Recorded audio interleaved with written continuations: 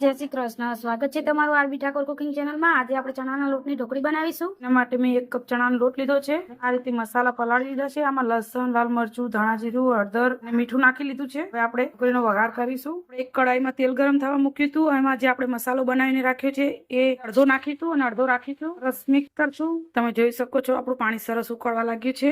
હવે આપણે આ થોડો થોડો આપણો લોટ નાખી દઈશું. આ રીતે વેલણના મદદથી હલાવી લઈશું. તમે જોઈ શકો છો આપણે આ સરસ થઈ ગયું છે. હવે આપણે એને એક થાળીમાં કાઢી અને ઠંડુ કરી લઈશું. અને આપણે આ રીતે થાળીમાં પાથરી લીધું છે. હવે ઠંડુ થાય એટલે આપણે એના કટકા કરીશું. આપણે જે કઢાઈમાં ઢોકળી લીધી હતી, ઢોકળી બનાવી હતી, એ જ કઢાઈ લઈ લીધી છે. એમાં આપણે 1 ચમચી રાઈ નાખીશું.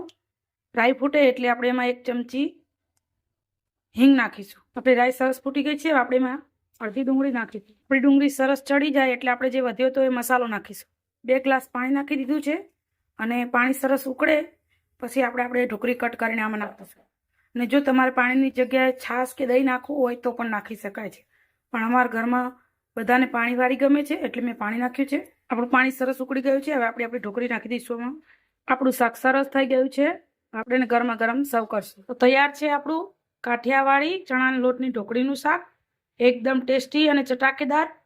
જો તમને મારી આ રેસીપી ગમી હોય તો લાઈક, શેર અને સબસ્ક્રાઈબ કરવાનું ભૂલતા નહીં. જય શ્રી કૃષ્ણ.